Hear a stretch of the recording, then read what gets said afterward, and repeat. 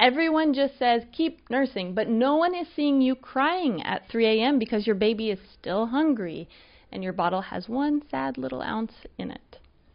You're tracking feeds, you're timing pumps, you're washing parts, you're reading contradicting advice, and meanwhile your body feels like it's not doing what it's supposed to do. That is extremely discouraging. You're not broken, you're not failing. You're carrying this massive weight of trying to do everything right in a system that never taught you how. And your nervous system, it's maxed out. And it matters more than you've been told. I'm Jess. I'm a board-certified lactation consultant, yoga instructor, and postpartum educator.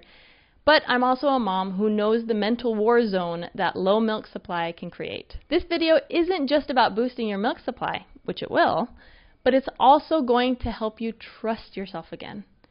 Feel like you can exhale, like you can finally stop panicking and start flowing. For the past 5 years, I've worked with mothers to rebuild their supply, their bodies, and their sanity. Not just with herbs and schedules, but by digging deeper into the connection between body and mind. And I'm going to give you a secret weapon to not only boost your milk supply, but your confidence and sense of peace. So let's get started. Trying to breastfeed with low milk supply is like running a marathon with 2 sprained ankles while everyone judges you and gives you terrible advice. And oh man, that advice. There's so much given to mothers that actually causes their milk supply to dip. So let's talk about that first. What doesn't help, but is very common advice, is chugging electrolytes. It is important to stay hydrated, but drinking a ton of water, drinking a bunch of electrolytes, it's not what makes more milk. Over pumping on a really high suction, that actually just cracks nipples. It causes a lot of nipple trauma. Power pumping without fixing that root cause, this just adds more stress. Ignoring emotional overwhelm, timed feeds, this is one that is so common, like feed 10 minutes on this side, then switch and feed 10 minutes on that side. This is a way that we actually lower our supply and we give our babies gas. And this advice that it's normal for you to be in so much pain, you just have to push through. No. Just because something is common doesn't mean it's normal or that it's right. And these are other things that can affect our milk supply. Hormonal shifts, thyroid, insulin, prolactin. And after birth, we're going through a massive hormonal shift. Birth trauma, separation, early separation of mommy and baby, if they're putting baby in the nursery, this can affect our milk supply. Sleep deprivation, there's not a whole lot we can do about that one. Cortisol levels, obsessively Googling but not getting rest or real support. Not realizing how this mental and emotional state actually affects our letdown, because the stress in our body affects our hormones, and our hormones have a direct effect on our milk supply. We don't need more pressure. We just need a plan that honors the whole being. Our body makes breast milk through this incredible hormonal relationship, and our supply is heavily influenced by supply and demand. But milk, it's not just a physical issue. The mind actually has a huge influence on our milk supply, because our level of stress and our internal state affects our hormones and is affected by our hormones. It's like that snake that just eats itself. So let's talk about the mind-body loop. Prolactin and oxytocin are both stress-sensitive hormones. And the mental load, the overwhelm, the performance pressure, the intrusive thoughts, that shuts down supply.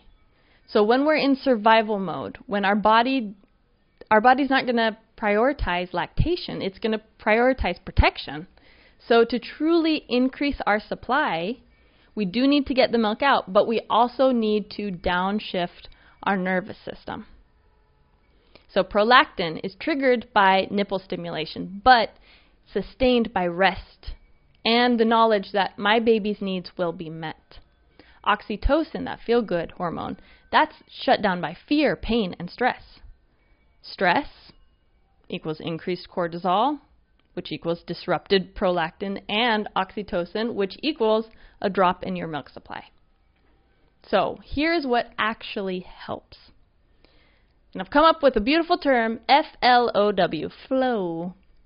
F, feed or pump often. Anytime we are missing a feed or we're putting too long of a gap between our feeds, that sends a signal to our body that I don't need to make so much milk.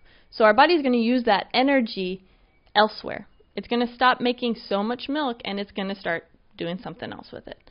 Probably healing us after this marathon of childbirth. L, latching. If we get a deep latch, if our baby is comfortable at the breast, if we are comfortable at the breast, that leads to a greater and a more stable milk supply level. If we are in pain, if our baby is just getting the tip, they're not removing a full amount of milk, and we are stressed, it hurts, our body's going to shut down that milk supply. So getting a good, comfortable latch is pivotal. O, oats and other foods. There are certain foods that have been studied and have been shown to increase milk supply. Now, all these things that we take to increase our milk supply, they're called galactagogues. And they can work in certain circumstances. The ones that have shown the greatest promise is ginger and moringa. And oats also. So adding that to our food, having some ginger tea, putting moringa in our soups and ginger in our soups. One, it helps with inflammation, but it also can help boost that milk supply. And number 4, well-being, which is skin to skin, sleep, reducing stress, praying, meditating, our nervous system regulation. It's more powerful than we give it credit for, and that's often the neglected step in this whole journey after birth. I've actually created a 1-week milk supply boosting plan with specific steps that you can actually start today. It's going to boost your supply, your confidence, and your sense of peace. I'll link it for you below. If you are stressed, anxious, overstimulated, your milk flow is going to reflect that. You are not a machine. You are a woman with a nervous system that needs safety to create milk and to let milk flow. Now, we discussed when we have more stress, when we have more cortisol in our system, it affects oxytocin and prolactin, and that causes the flow to shut down. Now, one really powerful tool is actually our breath. And so we're going to walk through box breathing. This is actually used by the Navy SEALs and trauma therapists to signal to the brain, I am safe. I am in a safe space. So let's do this before feeding or pumping. What we're going to do is we're going to inhale through your nose for 4 seconds, hold for 4 seconds, and then exhale for 4 seconds, then hold again, and then inhale. We're going to repeat that. I'm going to do it with you the first time, and then I want you to keep doing it while we start talking about thoughts. All right, inhale through your nose, hold, exhale, hold. Inhale, just counting to 4, holding. Exhale, hold. As you're doing this deep breathing, we're going to straighten our spine. Place one hand on your heart. Open up your other hand. If your baby's with you, wonderful. Just lay them against your chest and have some skin to skin. Now we're going to start naming these thoughts that have probably run through your mind while you've been struggling with this. And we're going to rewrite them. Okay? Keep doing this box breathing while we go through it. All right? My body is broken. My body is communicating with me, and I am learning how to listen. I'm not doing a good job. My love is enough. We are learning together. My journey is mine and it's sacred. I can't do this.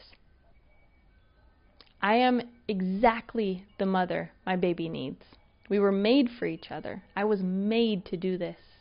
So anytime you start to feel that stress, anytime you start to have these doubts, these lies in your mind, go to that box breathing and rename those thoughts. Say the truth. You are a good mother. You are doing a good job. Your body is doing what it's supposed to be doing.